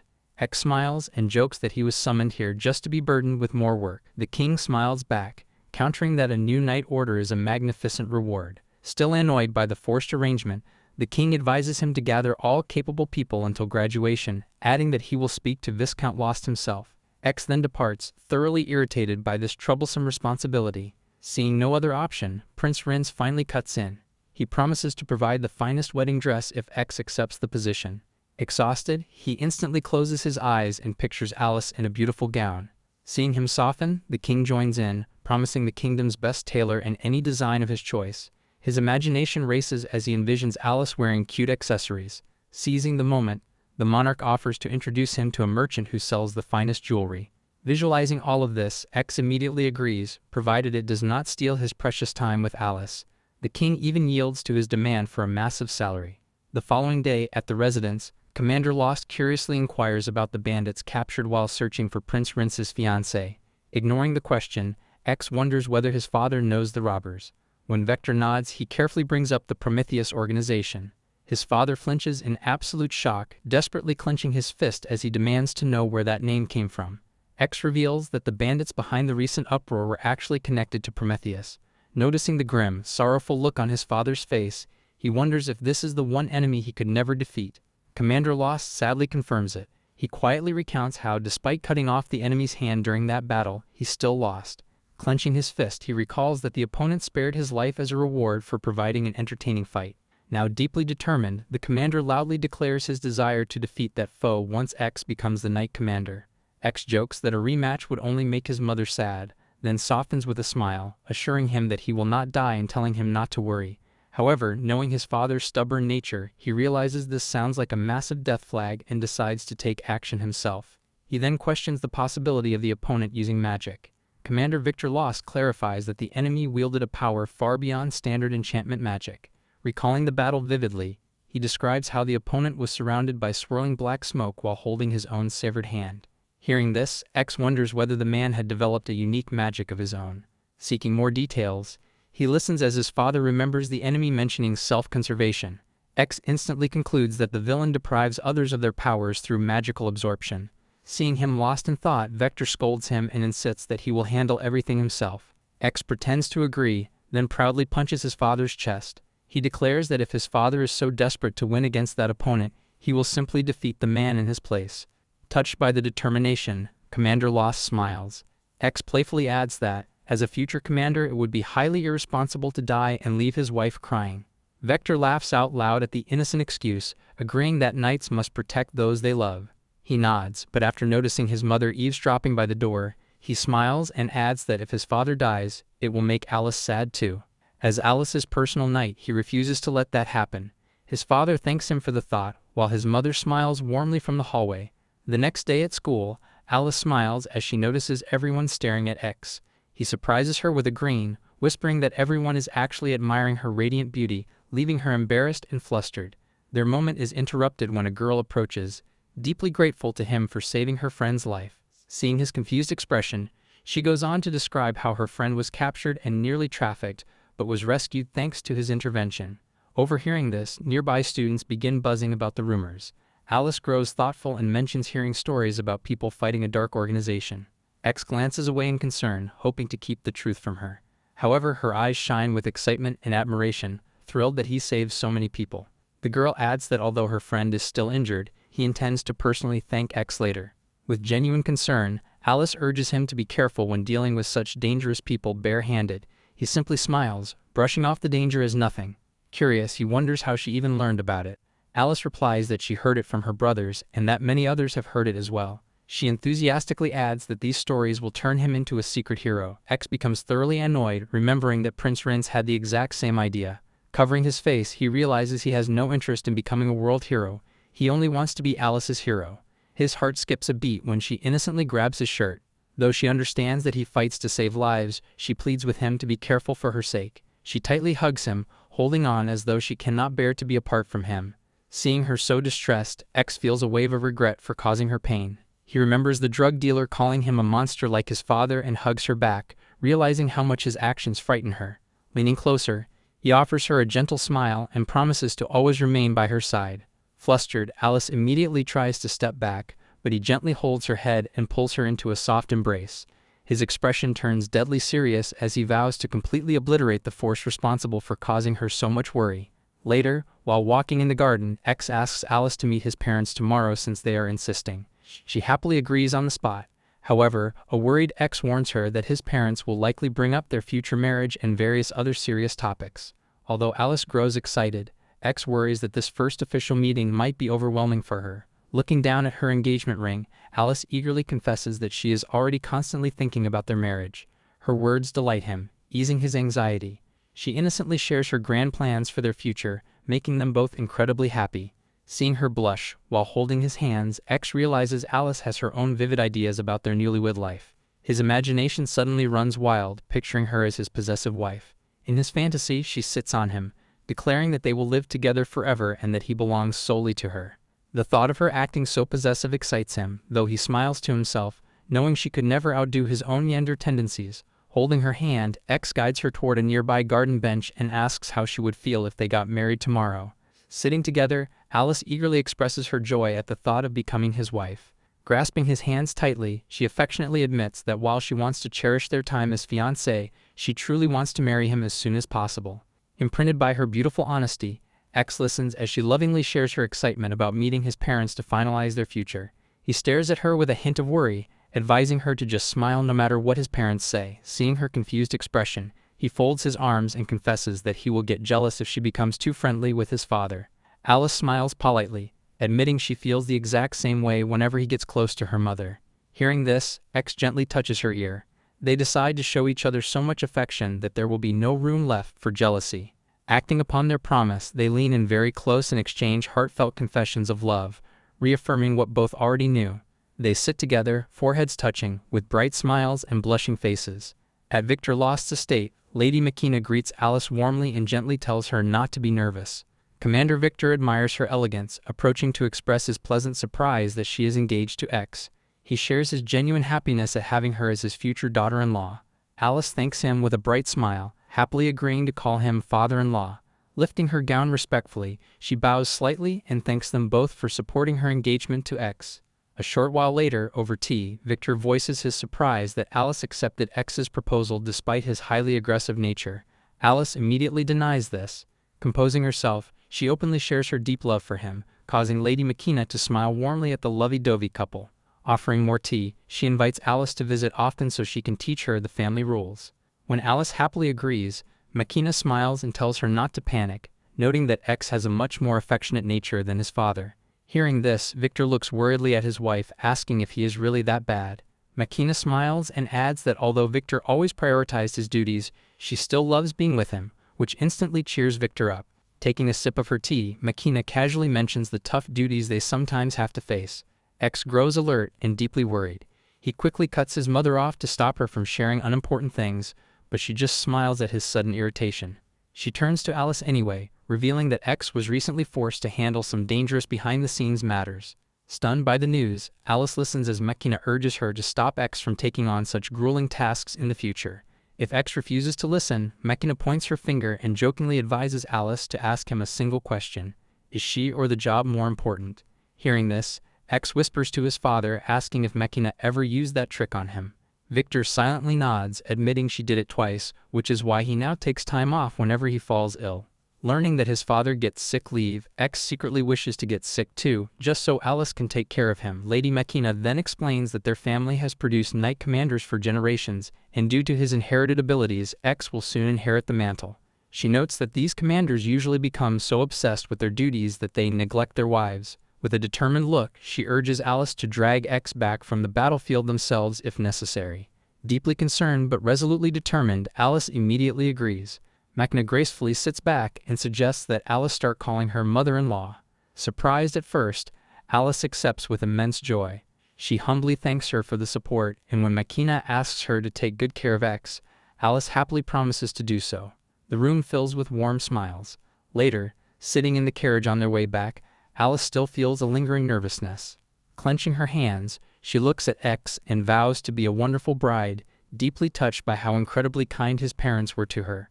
X smiles and thanks her, gently advising her not to overdo it since she is already breathtaking, which makes her blush. She is caught off guard, however, when X places his hand on her forehead and gazes into her eyes for a few seconds, sparking her concern. Drawing his hand back with a polite smile, X clarifies that seeing her so much happier today than usual simply made him curious. Alice happily agrees, softly explaining that meeting his parents truly made her feel like their life is moving forward. Her expression then turns slightly gloomy. She notes that despite X doing so much for her, she has still done nothing for him. Looking up with a bright smile, she asks him to let her know if there is anything at all she can do for him. Hearing this, X knows that asking for too much might make her anxious, so he decides to ask for something that will fulfill his own wishes.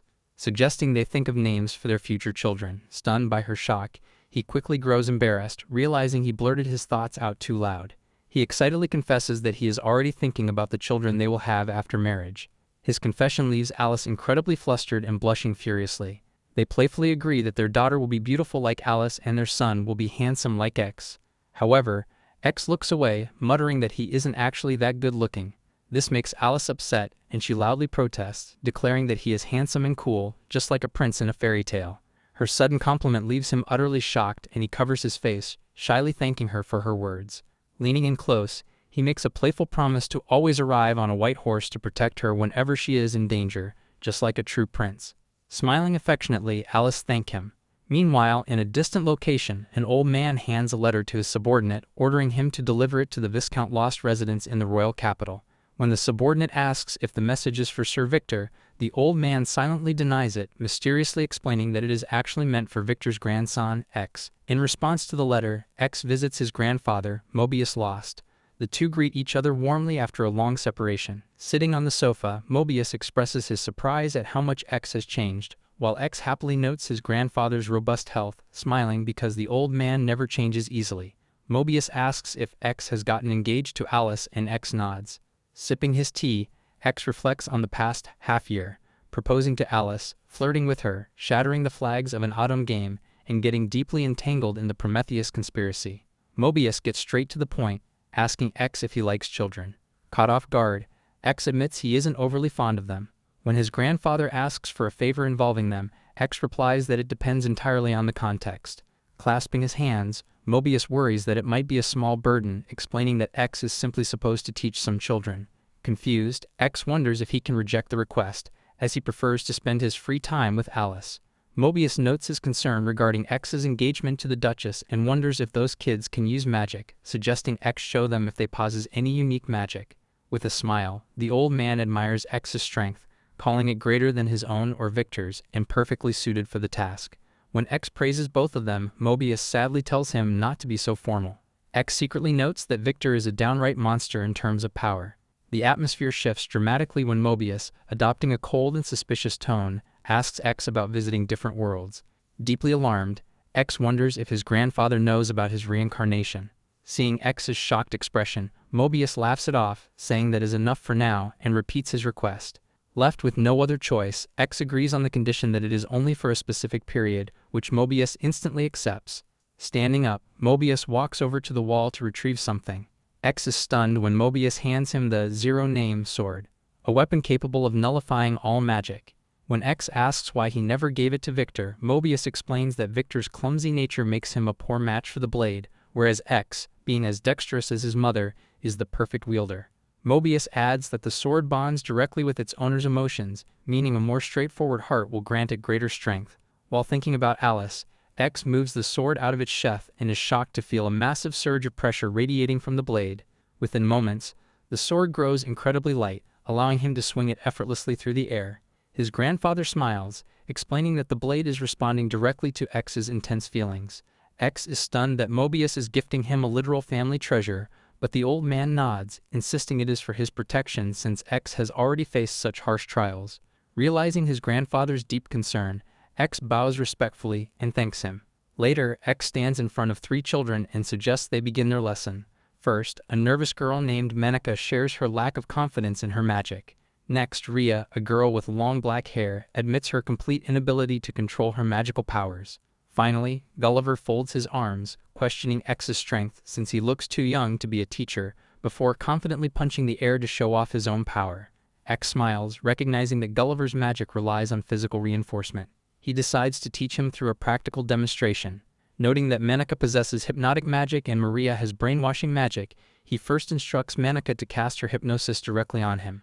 Worried that she might knock him unconscious, Menika hesitates, but X happily encourages her to try. Menika closes her eyes, calms her mind, clasps her hands, and unleashes her magic. However, when she opens her eyes, she is shocked and disappointed to see that X is completely unaffected. Witnessing the utter bewilderment on all 3 children's faces, X calmly informs them that a minor spell like hypnotic magic will never work against him. Ria tries her magic next, but seeing it have absolutely no effect on him leaves them all in utter shock. X suggests they keep unleashing their magic until they tire themselves out, assuring them that no harm will come of it. Finally, he excitedly challenges Gulliver to a physical fight, shocking everyone since X explicitly states he will not be using any magic. Seeing Xos look so relaxed, a highly confident Gulliver stomps the ground, sprints forward, and leaps high into the air to strike X's neck. X calmly catches Gulliver's leg mid-air. He advises the boy to brace his core properly to fully utilize his speed and power, then casually releases him, causing Gulliver to crash directly onto the ground. Menika is deeply impressed, watching X block attacks so calmly without a shred of magic. She tries her hypnotizing magic once more, but it still fails to affect him. Seeing this, Ria gently tells Menika not to be so hard on herself. After trying his absolute best, a panting Gulliver is practically brought to his knees. X teases him not to cry, which makes the boy angry. Gulliver loudly shouts that he isn't crying, even as he sniffs back tears. Thoroughly annoyed by the childish behavior, X asks if he wants to continue or call it a day. Refusing to back down, Gulliver angrily slides back and clenches his fist, fiercely determined to land a hit on X. Impressed by his raw grit, X relents and gives the 2 girls permission to simultaneously unleash their magic on him as well. After trying their absolute best, the 3 children collapse, panting heavily from another defeat, yet they resolutely declare they are fine. Despite losing, Gulliver sincerely thanks X for his guidance and vows to beat him next time. The 2 girls bow and thank him as well, bringing a warm smile to X's face. After the lesson, X sits down to write his evaluations. He notes that a lighter weapon would suit Gulliver's combat style better, while Ria needs to fundamentally understand her powers. Exhaling deeply, he vows to rush through this teaching job so it won't steal his precious time with Alice. He wishes he could just call her on a phone, but remembering this world relies on telepathy, he looks down at a necklace he bought for her. Lifting it up, he longs to at least feel her presence through it. Meanwhile, Alice stands gloomily on her terrace. Maria approaches with concern, warning her that she might catch a cold and asks if she is missing X. Alice sighs sadly, admitting that his absence makes her incredibly anxious. Maria assures her that he will be fine, then gently urges her to rest, noting that showing up tomorrow with dark circles would only break X's heart. Heading back inside, Alice quickly agrees, wanting to look absolutely beautiful and cute for him. Seeing Maria blush at her intense devotion, Alice blushes furiously too. She rests her head against the window frame, her mind entirely consumed by thoughts of him. Back at his desk, X tightly grips the necklace, wishing for tomorrow to arrive so he can see her soon. The following afternoon, while eating cookies, X tells Alice that his grandfather assigned him to teach magic to some children. Alice smiles, but as she sips her tea, she hesitantly asks if the kids are boys or girls. When X smiles and reveals there is 1 boy and 2 girls, she grows worried. Looking gloomy, Alice confesses to an odd wave of jealousy whenever he is around other girls, despite her absolute trust in him. X smiles gently, admitting he feels the exact same way. Alice is startled when X suddenly stands up and sits right next to her. Reaching into his pocket, he announces he has a gift. Confused but compliant, she closes her eyes at his request. X gently slips a necklace around her neck. Alice opens her eyes, surprised by the beautiful pendant, which X shyly admits he crafted entirely by himself. Opening the locket, Alice blushes furiously to find a picture of X inside. Rubbing the back of his neck, X explains his motive. He wanted them to feel connected even when apart. Her heart races. When a shocked Alice asks if his own matching pendant contains a picture of her, X nods with a heavy blush. Gazing at her image, he affectionately adds that just looking at her relaxes him, letting him feel her presence during his absence. Panicking slightly, X offers to take it back if she dislikes it, but Alice immediately objects. Though embarrassed, she explains that she also wants to feel close to him. Looking up with crimson cheeks, she expresses her pure happiness that he handcrafted it just for her. Her heart melts completely when she reads the tiny engraved message inside. X pledges eternal love to Alice. When she confusingly asks to see his pendant, X leans in very close, teasingly asking if she truly wants to know. Her face flushes a deeper red as she flusteredly declines, already knowing the answer. X affectionately reveals that his locket has the exact same message carved inside. Alice pledges eternal love to X. Seeing her pure happiness relieves him, as he had worried she might dislike the idea. Alice, still blushing, mentions wanting to give him a gift in return. Instead of answering, X asks her for another favor first. With a red face, she dodges the question, confessing that every single request he makes leaves her incredibly flustered and happy. Her sheer cuteness completely fascinates X, leaving him speechless and filled with an overwhelming urge to just take her home right then and there. He happily reassures her that absolutely anything Alice gives him will make him the happiest man alive. Hearing that X wants her to try on a unique outfit makes Alice blush furiously with pure happiness. She immediately agrees to his request, and he happily thanks her. 1 week later, X is waiting for Alice and is completely mesmerized when she appears wearing a traditional kimono from the Eastern countries. Maria calmly brushes off the unusual style, while Alice happily thanks her for preserving the garment. Staring at her in awe, a confused X wonders if this clothing style crossed over from his past life or if it originated naturally in this world. Hearing him mutter, Alice looks confused by the strange name kimono. X blushes, boldly declaring that she looks so breathtakingly beautiful in the dress that he wishes he could take her home right now, sending a deep crimson flush across her face. Gazing down at her dress, Alice wonders if there is a male version of it.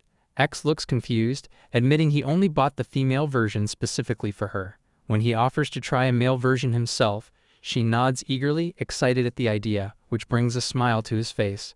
X then shows her a one-piece white dress, noting that it was designed for pretty girls.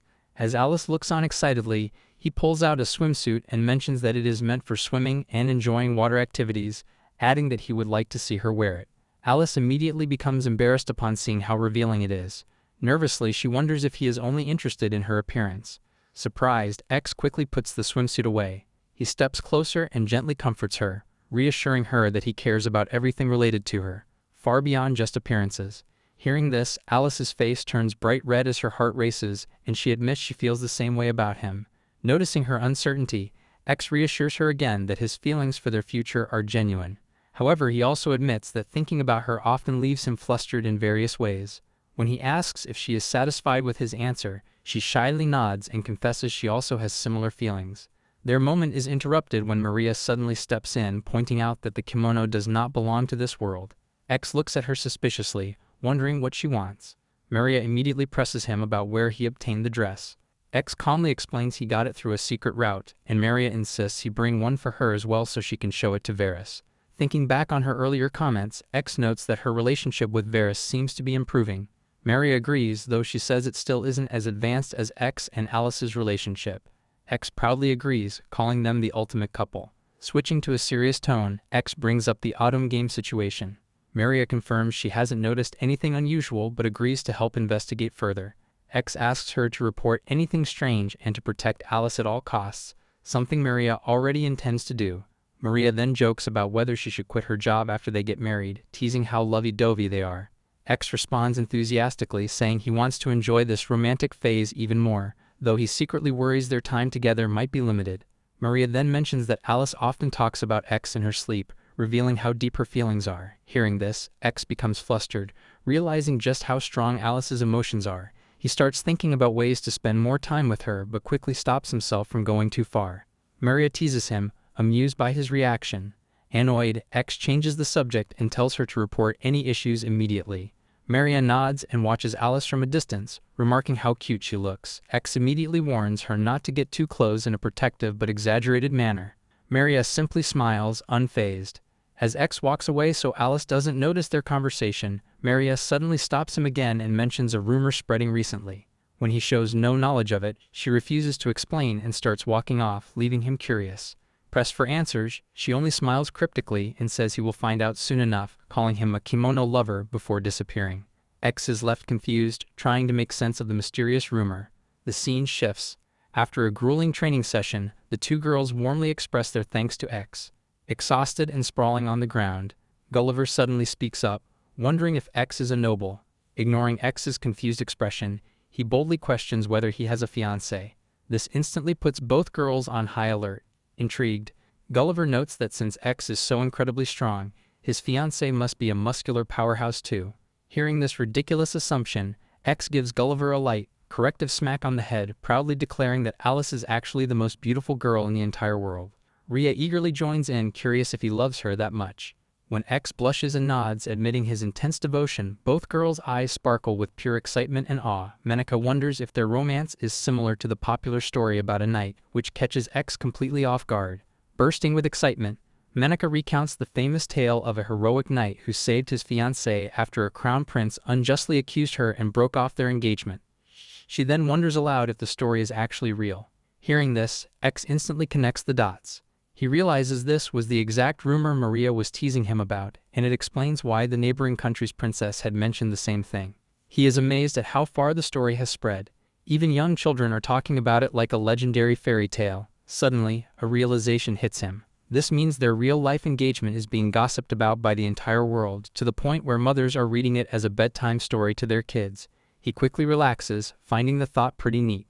Rhea then brings up the tale again, mentioning she heard it originally started right here in this very city.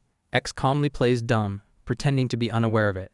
However, he happily presents a hypothetical scenario, asking how they would feel if a knight stole someone else's fiancée. Menika gasps in shock. X continues the hypothetical, describing how the knight stole the prince's fiancée, got engaged to her himself, and lived happily in love. This thrilling twist sends both girls into a frenzy of excitement. They excitedly whisper to each other, completely amazed by their sensei's incredible guts. Eager to meet her, the children beg X to let them see his fiancée. X smiles and agrees, promising an introduction if time allows. When they curiously wonder about her personality, X speaks with deep affection, noting that as someone who successfully escaped a high-stakes engagement with a prince, she is truly a magnificent and exceptional person. Seeing something sparkle around his neck, Rhea looks at him with a confused expression. Sensing her curiosity, X calmly pulls the necklace out from under his shirt. The children tilt their heads, puzzled by its unique shape, so X mentions that the pendant is designed specifically to carry a photo of a loved one. He then opens the locket to reveal the picture inside. Everyone gasps in shock at Alice's breathtaking beauty. Seeing their stunned reactions, X quickly tucks the necklace back inside his shirt, fiercely warning them, especially Gulliver, not to even think about his fiancée, or he will deal with them very badly. Seeing his intensely obsessed, freezing tone, Gulliver breaks into a sweat and nods frantically, knowing none of them have the guts to make an enemy out of X. Both girls instantly agree as well. Suddenly bursting with excitement, Gulliver wonders if X will become a knight commander one day. When X nods, he clenches his fist with fierce determination and offers himself as X's future subordinate. Even though both girls are frustrated by their lack of magic control and know that joining the knights seems nearly impossible for them, they enthusiastically raise their hands to work under him too. Witnessing their pure devotion moves X's heart. He emotionally agrees to take them all on, provided they keep that same determination into adulthood. He advises them to practice hard in the meantime. Hearing this, the children become incredibly fired up to do their absolute best for the future, which brings a happy smile to his face. A few days later in the library, Rince hands X a business card for the best tailor in town. Looking at the address, X feels a rush of happiness, already imagining a top-quality, beautiful dress for Alice. Glancing at the dress design X drew on the paper, Rince is deeply impressed by his creative abilities. X smiles, sharing how he envisions creating the perfect moment with Alice using this outfit. As Rince continues to admire him, X suddenly grows serious. Admitting that he isn't as flawless as people think, he catches Rince completely off guard by seriously inquiring how to become a proper prince. Rince looks shocked, pointing out that X already possesses a highly unique, perfect character fit. X exhales deeply and breaks it down for him. When Rince rides a white horse, he looks incredibly polite, cute, and mesmerizing. On the other hand, when X rides a white horse while wielding a sword, he just looks cold, dangerous, and downright weird. Thinking of his beautiful princess, Alice, X turns to the real prince for advice on how to genuinely embody the prince on a white horse persona. Reflecting on it, Rince suggests that it all boils down to royal education. While X contemplates this, his train of thought is interrupted when Rince suddenly brings up his progress, noting that the king has been inquiring about X's recruitment efforts for the new knight team. When X annoyingly asks if he can just reject the proposal, Rince seriously refuses, explaining that living in this country means they must follow its rules. X casually mutters that he might just create his own country instead. Rince smiles and teases that, in that case, Alice would definitely become the queen. However, considering the immense trouble and difficult rules a queen must suffer through, X immediately cancels his plans, wanting to protect her from that burden. Imagining Alice's bright, happy face as she goes about her day, he decides he wouldn't dream of disturbing her peace right now. When Rince happily offers his help in case X actually creates a new country, X is shocked since, as a prince, Rince should be stopping him. Looking down, Rince smiles and admits he has no power to stop X anyway, but more than that, he genuinely wants to support X's wild ambition as his friend. Rince playfully teases that they should maintain good friendly relations if X is serious about founding another nation, making X smile at his lighthearted banter. Looking at the clock, X suddenly snaps to attention and stands up, realizing Alice's class is already over. Before X can rush away, a serious Rince stops him to request a favor. He wants X to act as his bodyguard the next day, as Cynthia is arriving for their pre-engagement announcement. X looks shocked, pointing out that they already have millions of royal guards. Rince is about to continue but stops himself when he sees some girls passing by. Seeing Rince's dead serious expression, X immediately sits back down. Rince lowers his voice, revealing a dark secret. People who possess magic are actively being attacked. When X wonders if the Prometheus organization is behind this, Rince looks completely unaware. X then points out that since he can also use magic, he might be a target too, which visibly shocks Rince. Both men lock eyes in grim silence. Thoroughly annoyed, X holds his head in his hands, frustrated by how he keeps getting dragged into trouble after trouble. However, realizing that doing nothing could put Alice in harm's way, he stands up and agrees to the request. Rince relaxes, having already known X wouldn't turn him down. Looking out at the sudden, heavy thunderstorm brewing outside, X grows deeply worried about Alice. Meanwhile, out in the town, a man gasps in horror as a masked, gown-wearing woman appears in the distance. He runs frantically through the pouring rain to escape the monster, but freezes in terror when she instantly cuts him off, appearing right in front of him. Saying absolutely nothing, the woman grips the knight tightly in her hands. The sound of pouring rain swallows the town as she eliminates him instantly. At that exact moment, a flash of lightning illuminates her evil, eerie smile. The following day, the crowd cheers enthusiastically as the carriage carrying Princess Cynthia and Prince Rince passes by. While the royal couple waves to the public, X, who is sitting with them, turns to Cynthia and wonders if they plan to get married after graduation, and if she is truly happy with Rince. She immediately nods with a bright smile, admiring Rince's kind nature. Rince then turns to X, wondering if he and Alice will also marry after graduating, offering to hold a joint wedding on the exact same day. X instantly declines, pointing out that only one couple should be the main stars on their wedding day, which Rince concedes to with a smile. Cynthia is about to speak when the atmosphere suddenly shifts. Detecting a strange current in the air, X immediately draws his sword. However, sensing that the threat has gone silent, he quickly sheaths it. When a confused Rince questions what happened, X states they were just targeted by magic. Deep down, though, X realizes this wasn't the work of the magic hunter, but someone else entirely. Changing the topic, Rince looks at the weapon in shock and inquires about it.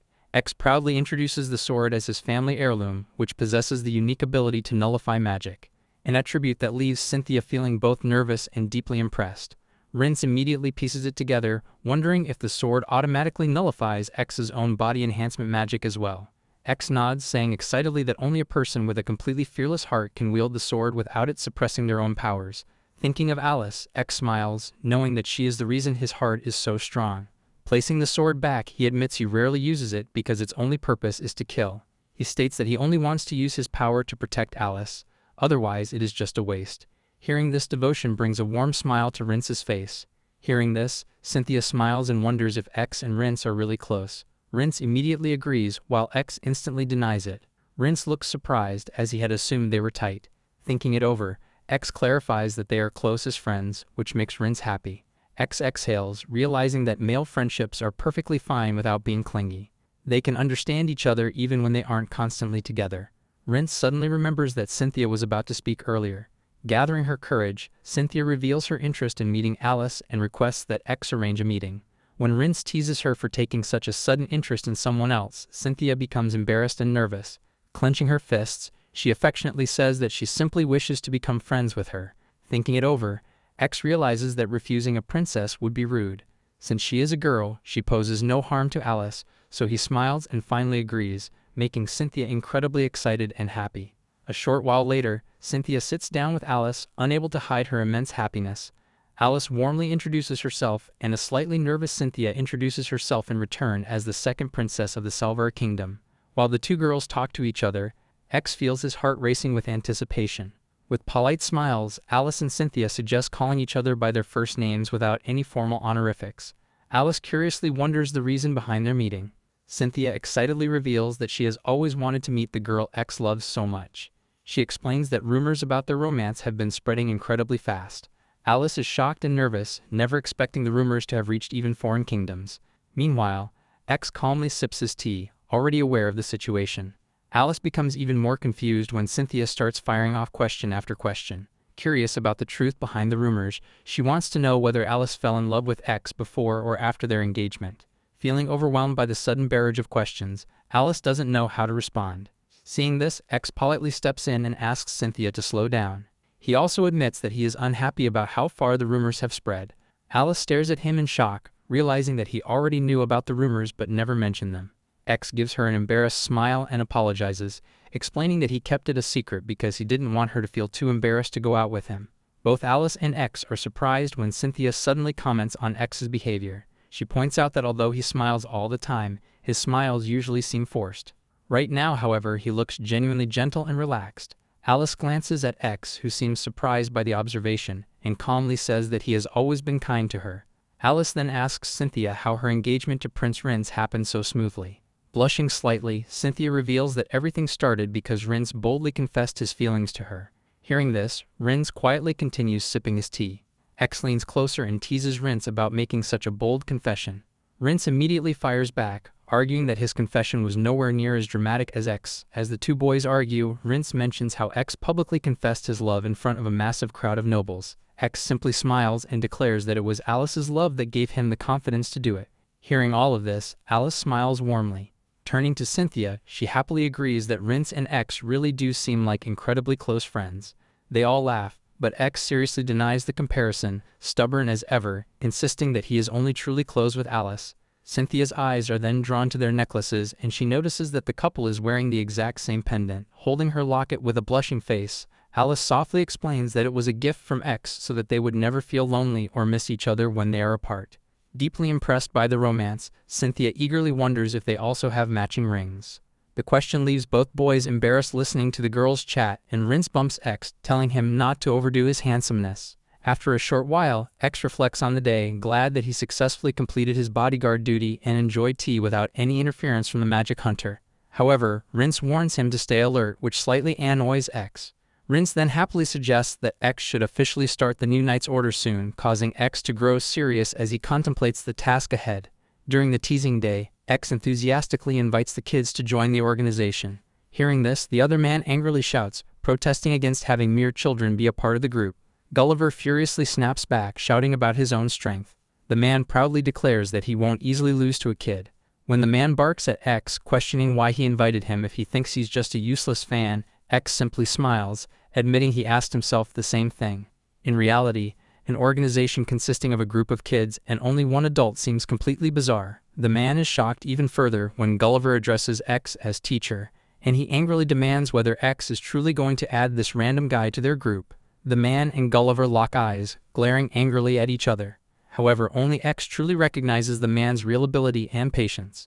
Despite their mutual anger, they both ultimately agree to stay in the group since they were chosen by X. The man remains highly confused as to why they call X a teacher, while Gulliver continues to glance at him with an angry look. Seeing that the man maintains a polite, confident smile and refuses to back down to a child, a fired-up Gulliver immediately challenges him to a combat match. Seeing that they are on the verge of a fistfight, X finally interrupts. Clearing his throat, he formally informs them about the organization. It is a new order of knights that will be established under the direct commands of the king and Prince Rents. The kids burst into excitement upon hearing the king's name. Meanwhile, the man seriously wonders if X is going to join this order as well. X says that although he will be joining the new knight order, he also has many other responsibilities to handle. Some of those duties involve dangerous matters, such as dealing with Prometheus, but he keeps those details to himself. Wanting the children to stay safe and enjoy themselves, he lets them continue celebrating without worrying about those darker issues. As the fan looks at X and thinks about his incredible magic abilities, he becomes even more confused by the unusual group of teammates. Meanwhile, the kids enthusiastically promise to do their best during training. Still slightly annoyed, the fan asks if he can simply refuse to join, but X quickly shuts down the idea, pointing out that if refusing were an option, he would have turned down the king's request himself. Realizing how much he owes X, the man finally agrees to officially join the group. As X watches the man and the children immediately start arguing and bickering outside, he lets out a deep sigh of relief. At last, the foundation of his new knight team has been established. Even though he has very little free time between his royal duties and investigating threats, he feels genuinely happy. During his quiet moments, he finds himself planning his future with Alice, imagining their wedding rings, her dream dress, the perfect venue, and the happy life they will share together. Thinking about that future gives him the motivation to keep working hard. Meanwhile, in a dark and hidden location, a man respectfully bows before his superior. He asks about the final plan to attack the orphanage in the Coast Viscountcy. The leader, a mysterious figure wearing a mask and long gown, hands him a large advance payment and promises to double it once the mission succeeds. Smiling confidently, the mercenary assures him that the attack will successfully draw X out into the open. Here I